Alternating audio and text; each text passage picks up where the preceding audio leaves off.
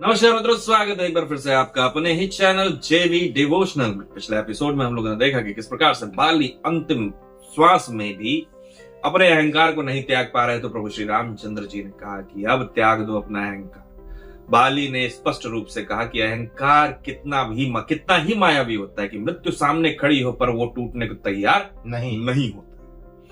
इस अहंकार को चकनाचूर करके बाली ने इस वक्त अपने अंतिम यात्रा की ओर बढ़ते हुए अपने पश्चातापों की गिनती करना चालू कर दिया है। प्रत्येक व्यक्ति से उन्होंने व्यक्तिगत माफी मांगी है और इस व्यक्तिगत माफी जो मांग रहे हैं उसमें सब भावुक होते जा रहे हैं। दूसरी तरफ हम देख रहे हैं कि लंका में किस तरीके से पूरे विवाह की तैयारी चल रही है और सबसे ज्यादा खुश है वहां पे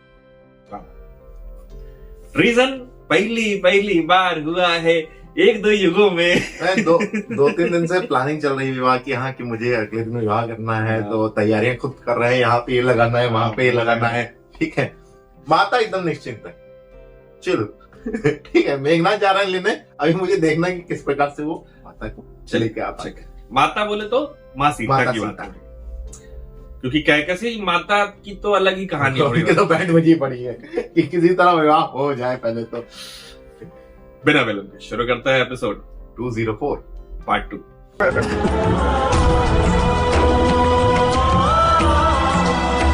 अब मैं सुखपूर्वक मर सकता हूँ क्योंकि तुमने मुझे क्षमा कर दिया है। आज जैसे तुमने अपना समझकर मुझे स्वीकार किया है, उसी प्रकार मेरे पुत्र अंगद को भी तुम स्वीकार करना। एक पिता का प्रेम देना जो उसे मैं न दे सका। हे रघुनंदन, आज आपके कारण ही मैं अपने अंतिम समय में अपने परिवार का प्रेम और स्नेह पा रहा हूं। आपका जितना भी आभार प्रकट करूं वो कम है। ये अवश्य मेरे पूर्व जन्म के शुभ कर्म का फल था। अंतिम समय में आपके निकट ले आया।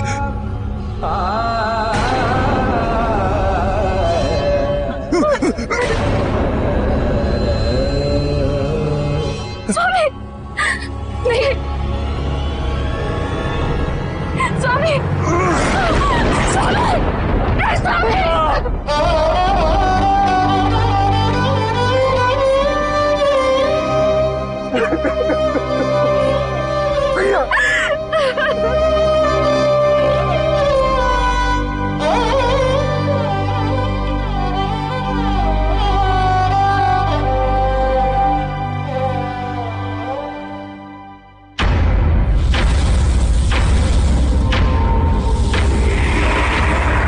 पुत्र,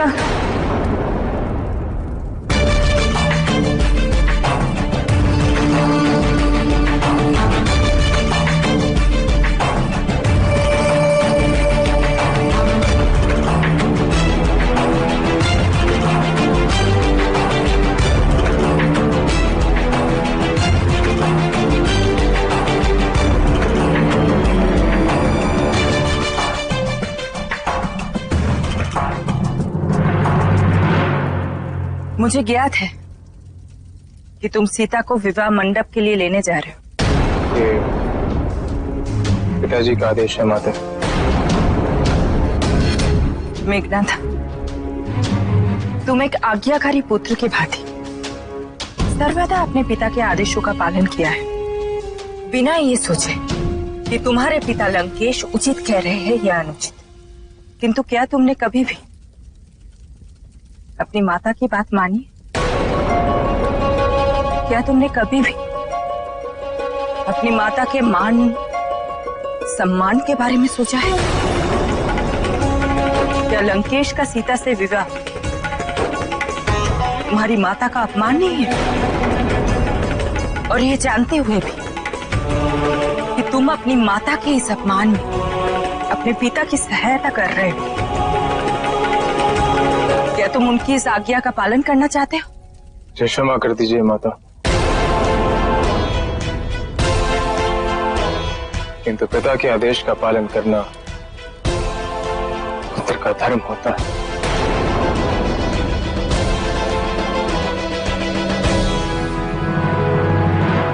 अधर्म करके धर्म का पालन नहीं किया जा सकता मेघनाद। पितृ धर्म के पालन के साथ साथ मातृ धर्म का पालन भी अनिवार्य होता है।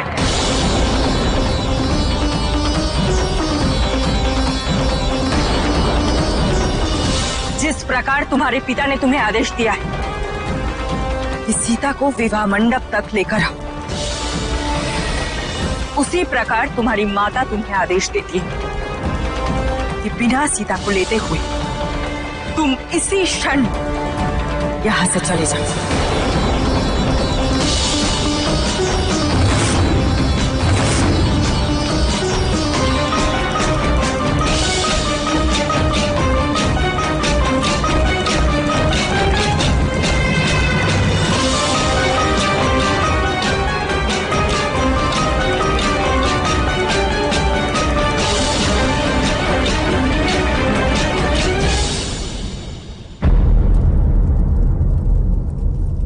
मैं निश्चित रूप से आपकी आज्ञा का पालन करता।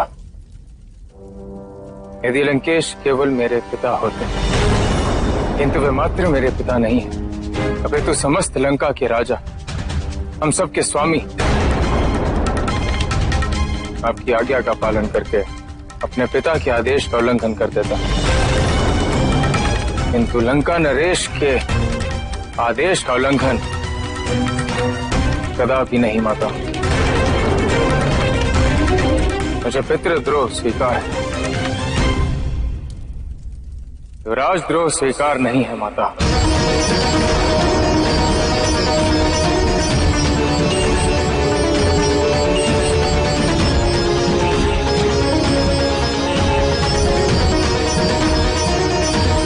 मुझे क्षमा कर दीजिए माता।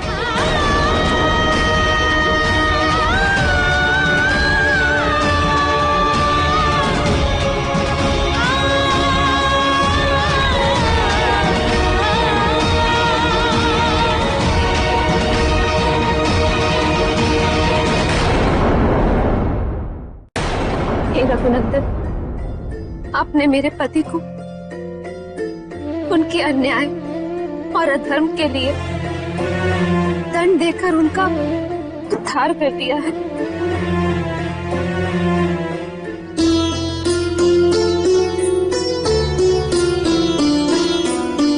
आपसे मेरी विनती है, मेरी भी एक अंतिम इच्छा पूर्ण कर दीजिए।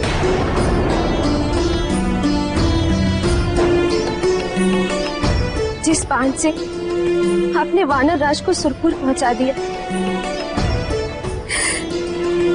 उसी बाण से मुझे भी इस जीवन से मुक्त कर दीजिए।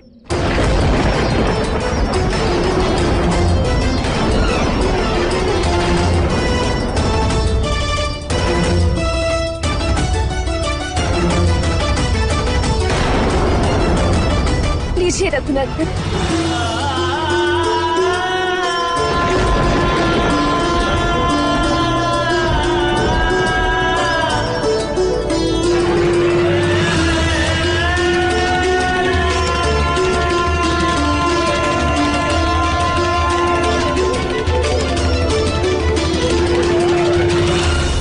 देवी तारा, आप ये क्या कह रही हैं? क्या आपको ये लग रहा है कि इन्होंने बाली की हत्या कर कोई अपराध या अधर्म किया है?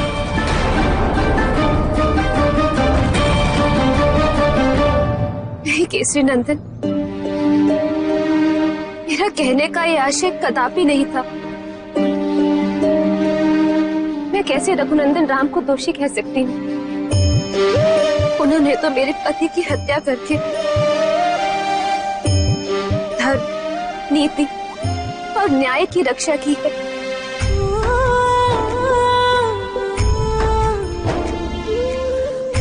इसलिए मेरे मन में श्री राम के प्रति विशेष आदर और सम्मान का भाव है। रघुनंदन, मैं एक पतिव्रता स्त्री हूँ और पति की मृत्यु के पश्चात मेरे इस जीवन का कोई अर्थ नहीं है।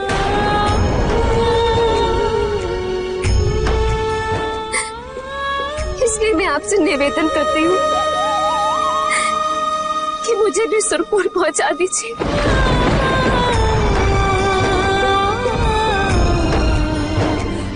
मुझे भी इस जीवन से मुक्त कर दीजिए।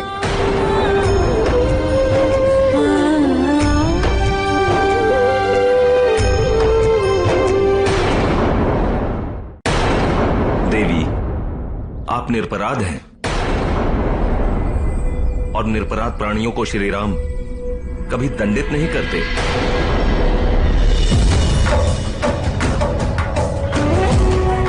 छावन जी, पत्नी को अर्धांगिनी कहा जाता है। विवाह के पश्चात पति और पत्नी एक दूसरे के कर्मों और बंधनों से बन जाते हैं। जिस प्रकार यज्ञ आदि कर्मों में पति और पत्नी दोनों का संयुक्त अधिकार होता है, उसी प्रकार अगर कोई अधर्म करता है तो दोषी दोनों होते हैं, कोई एक नहीं। इसलिए मुझे मारने से श्री राम को श्रीवत का कलंक नहीं लगेगा।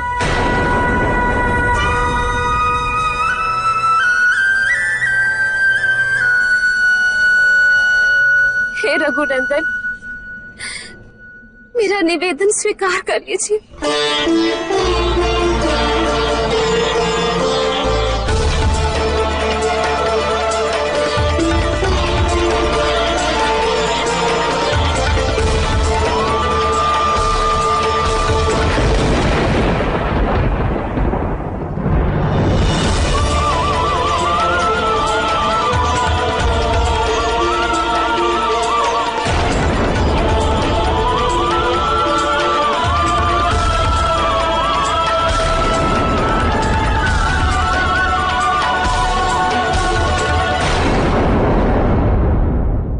पितृद्रोह स्वीकार है, पर राजद्रोह अस्वीकार। मुझे देश निकाला नहीं चाहिए, घर निकाला चलेगा। जिसको नहीं प्यारी निज भाषा निज देश, वह सूकर सा डोलता है हरा मनुष्य।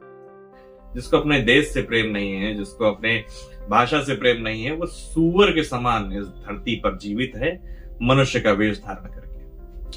तो खैर, इस तरीके से तो मैं मानता हूं कि हाँ, मेघनाथ कहीं ना कहीं अपने पिता के प्रति और अपने देश के प्रति एक वफादार और सबसे, जिसे कहते हैं बेस्ट जो हो सकते थे वो बने। लेकिन जिस प्रकार से हमारे सनातन की एक परिभाषा है, वसुधैव कुटुंबकम, यानी समग्र संसार ही हमारा घर है, तो वसुधैव कुटुंबकम का तात्पर्य ही यही होता है कि जहां धर्म वहां गृह, जहां अधर्म वहां त्याग।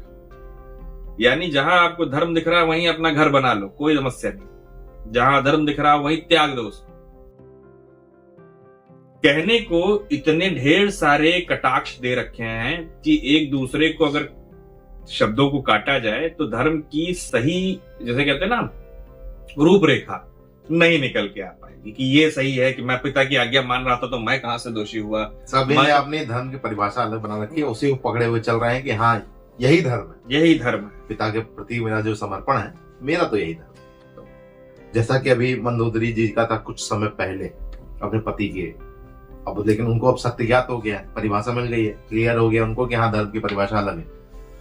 कि एक पत्नी होने से पूर्व मैं एक स्त्री हूं और एक स्त्री होने से पूर्व मैं एक जीव आत्मा हूं।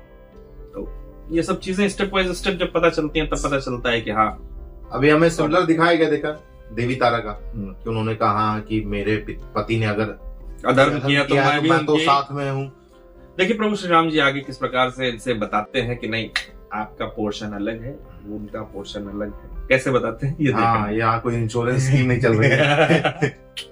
चलिए, फिलहाल इस एपिसोड का मित्रों करते हैं समाप्त। शीघ्र ही मिलेंगे नए के साथ, तब तक के लिए राधे राधे।